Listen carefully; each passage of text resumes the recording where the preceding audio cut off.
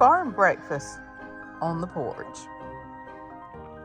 Welcome back to the channel. It is a gorgeous day. Look at those beautiful blue skies, no trails. Spring has sprung. Good morning, good morning. It's been a hot minute since I've been on YouTube, but I did want to jump on for a minute and just kind of update people. Lots of friends I haven't talked to in a while. Let y'all know what's been going on here. Spring has sprung and it's time to get to planting. Probably tomorrow. We had freezing temperatures last night and we've got some tonight. And but I've been doing other projects, spiffying things up around here, painting baskets and getting ready to put flowers in them and all those kind of things. I've been just refurbishing old furniture and using scraps from around the yard to make things beautiful. So tell me in the comments what y'all have been up to, and we'll go for a little tour. Been painting old pots, adding new flowers and seeds. Got some tarragon started there. Painted this old bench. Got to put my cushions back on it. There's the cushions over there. And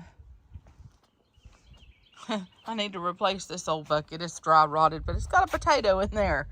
And so I want to see if it's going to go. And these two pots are petunias and things I'm waiting on to germinate. This little gadget right here was going to be a shelf in the greenhouse, but when poor boy built the greenhouse, he didn't really level the boards, so it's not going to work. Anyway, I'm going to, in this pot right here, plant a pickling cucumber or two and let them trellis up there, or put some kind of vining plant. Liberty is enjoying the sunshine and the sand pile. Poor boy had to have some sand hauled in because we've had some major septic issues. And so Liberty and other little dogs and the grandkids have enjoyed that sand that was left over. I've got another project down there. It's just a piece of wood I scrapped out of an old bed. Right here, I had a wooden raised bed that I had built, and it just about rotted. And so I took the piece of board that was salvageable, and I'm making a decorative piece to go right here. So this is an old cattle trough. What I used to water my horses with when I had horses. And that's what I've been planting my herbs in for the past couple of years. But this is going to be a kids garden for the grandbabies. And I started building it this morning. Got it cleared out, put some cardboard down. I'm going to spread that sand out that I've shoveled over there. Then I'm going to put topsoil and some backdoe. And I'm going to let the kids have free range. They're going to get into Mimsy's seed collection and pick out a few wild and wonderful things. I'm not going to limit what they do. I'm just going to let them do. Let them plant. Let them see what grows. Teach them about what should grow and what won't grow. But I'm going to let them make that decision because they're like me. You have to learn from experience. You can tell somebody all day long, but until they do it and they experience the outcome, they'll learn. That's how they learn. So everybody's been kind of questioning me about the raised beds that we just refurbished barn 10 and how they're doing and how they're holding up. And after last year's disaster where we came in with rebar and T-post and put everything back up, it's done fabulous. You can see I've got some potatoes. We had a frost last night, so I covered every bit of that in hay, trying to protect it. And you can see, even with that, some of those potato tops got bit. I don't think it's enough that they can't bounce back though. The cilantro did well under there, and the bok choy did okay. So it's about ready to harvest anyway. I've got some onions planted in this planter. These pots are vacant at the moment, except for this farther one's got some kale sprouted. I like to grow greens year-round for the chickens. Just overlook my messes. This is in progress. There's trash out here and everything else. Old cardboard from last year.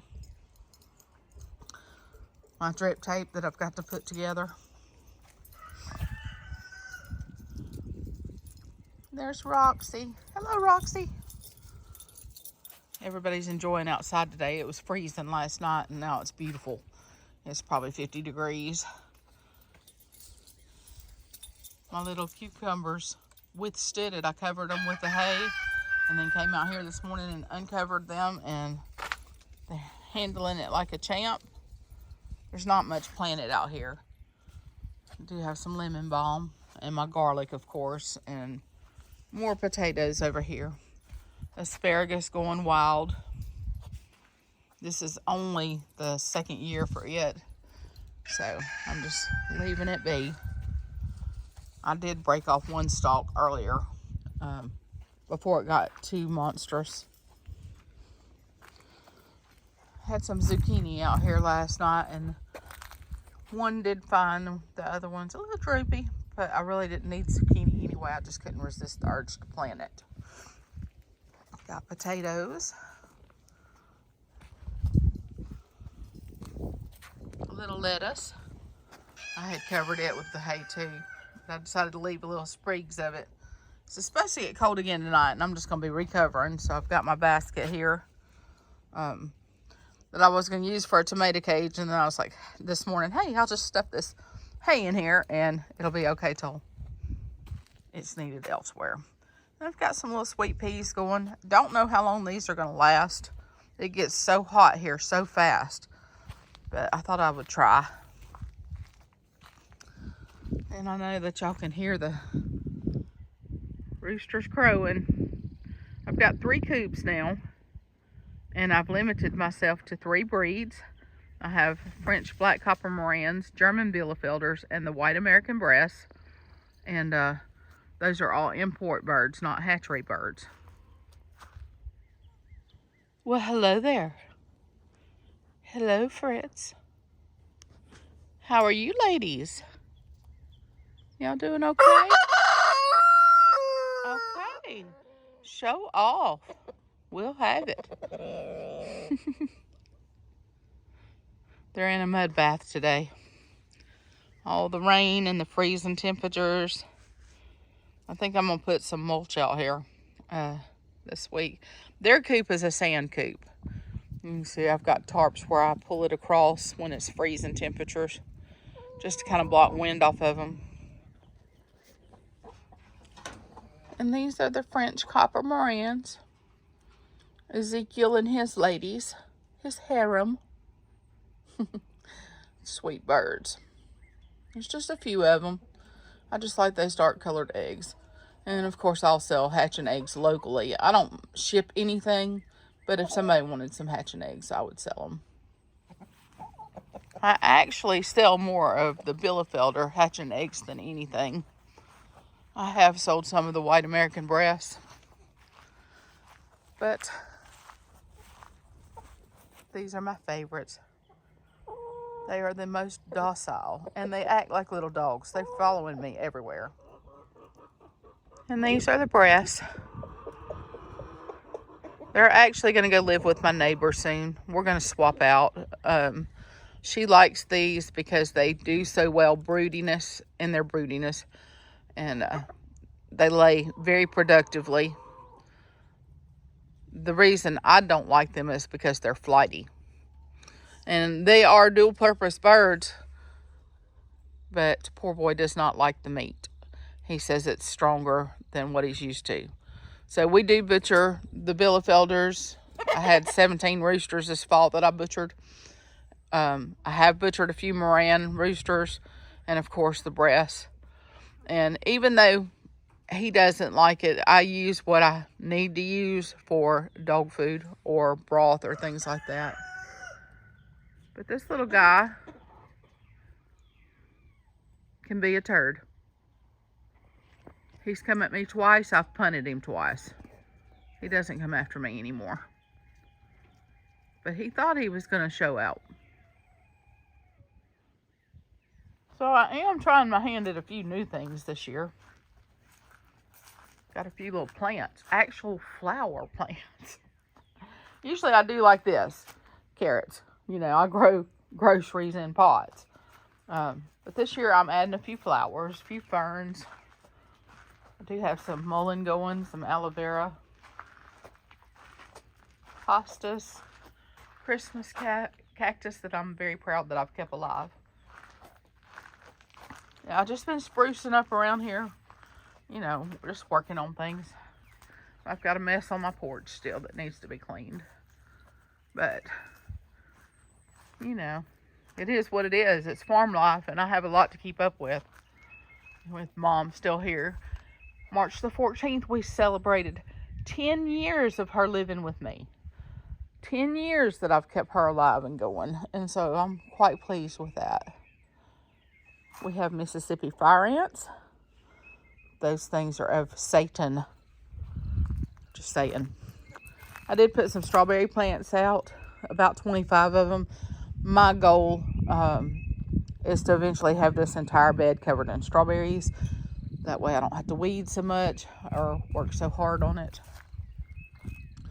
So, but anyway, I do have a few different things going on. Trying to make it look better around here.